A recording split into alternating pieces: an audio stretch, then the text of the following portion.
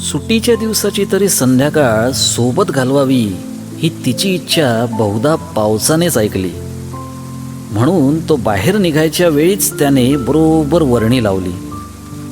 माहोल अजून रोमॅन्टिक व्हावा म्हणून विजेनेही काही क्षण विश्रांती घेतली. रोजच्या त्या रहाट गाड्यात एकमेकांसाठी वेळ नसलेली ती दोघं त्या संध्याकाळी मात्र एकमेकात अगदी हरवून गेली. तो आणि ती, त्यांचीच ही कहाणी.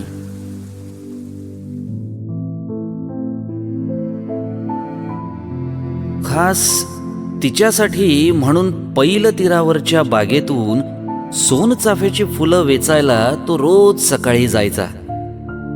तिच्या ठायी सुगंध पसरो म्हणून रोज एक फूल नित्य तिच्या केसात माळायचा. तो बाहेर पडताच इकडे तिच्या बेसनाच्या लाडवाचा बेत ठरायचा. त्याची प्रकृती छान राहावी म्हणून रोज ताजा लाडू तो फुलं आणण्याआधीच इकडे तयार असायचा. तो आणि ती, त्यांचीच ही कहाणी.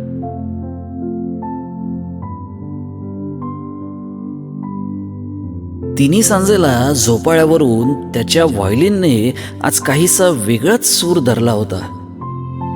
सुधीर मोघ्यांच्या सखी मंद झाल्या तारका याचा अगदी शब्द समोर उभा राहत होता. अधीरतेने तिच्या येण्याची वाट बघत खूप तल्लीनतेने तो सूर लावत होता. पण निर्दयीपणे झालेल्या रेल्वेच्या साखळी बॉम्बस्फोटात तिचा करुण देह मात्र तेव्हा अखेरच्या घटका मोजत होता. तो आणि ती, त्यांचीच ही कहाणी.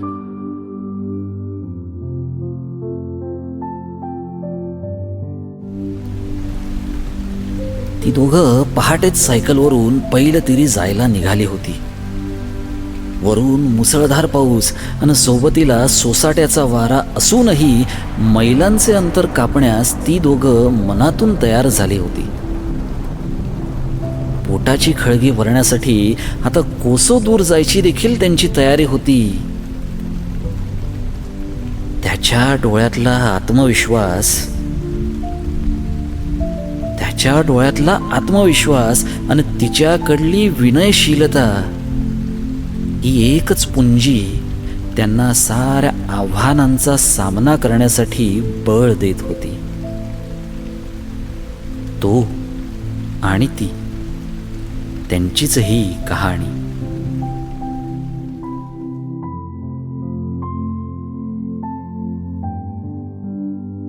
अनुत्तरित प्रश्नासोबत दोघं अखेर त्याच वाटेवर मार्गस्थ झाली.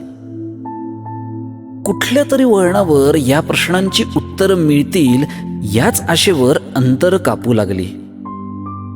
वळणामागे वळणं घेऊन अंतरच नुसती कापली गेली. पण प्राक्तनाच्या गर्भात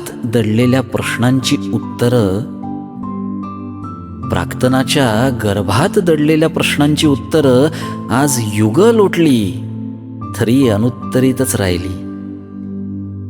तो आणि ती, त्यांचीच ही कहाणी.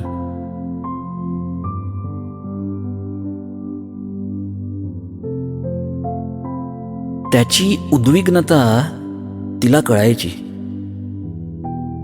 म्हणूनच बहुधा ती त्रागा कमी करायची. शक्यतो समतोल राखायचा ती आटोकाट प्रयत्न करायची. पण अडकून गेलेल्या पाशांमुळे तिचीही अखेर चिडचिड व्हायची. तो आणि ती, त्यांचीच ही कहाणी.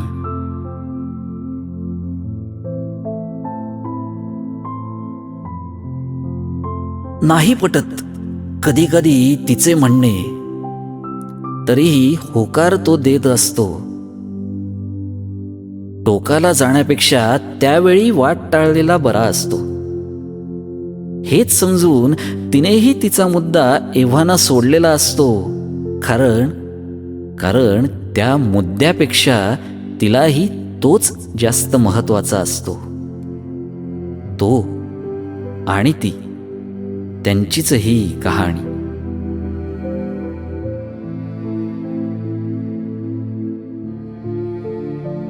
पूर्वी तासनतास चिंतेत असणारी ती आता मात्र चटकन प्रश्न सोडवू लागली होती. कुठल्याही प्रश्नात गोंधळून न जाता ठामपणे निर्णय ती घेत होती. भीतीदायक बोगद्यातून जात असताना त्याला मारलेल्या त्या घट्ट मिठीनंतर सारे प्रश्न दूर गेल्याची तिला जाणीव झाली होती. आणि हीच ती चावी हरेक प्रश्नाची, याची तिला खात्री झाली होती.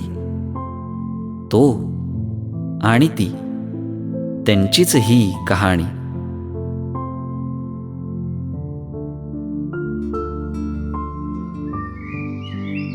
वाढलेल्या थंडीसोबत चहाचा राबता देखील वाढला होता. आल्याचा दर्प चहाचा कडकपणा अजून वाढवत होता. झोपाळ्यावरून पहाटेचा धुक्यातला तो क्षण टिपायचा दोघांचा प्रयत्न चालू होता. कडाक्याच्या या थंडीत पहाटेचा तो गुलाबी क्षण दोघांच्या आयुष्यात एका नवीन अध्यायाला सुरुवात करत होता. तो आणि ती, त्यांचीच ही कहाणी.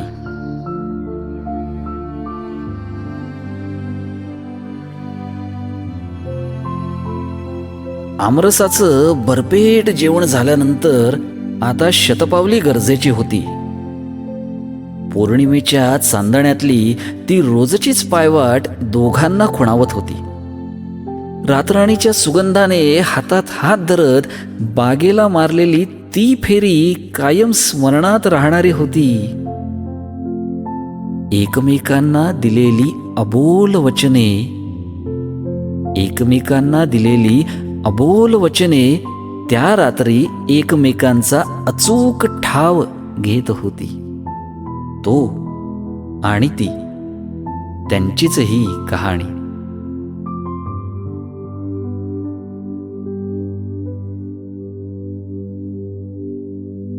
जिने चढू तर भरभर होत नाही म्हणून तो 70 वर्षाचा तरुण तिला हसत असतो.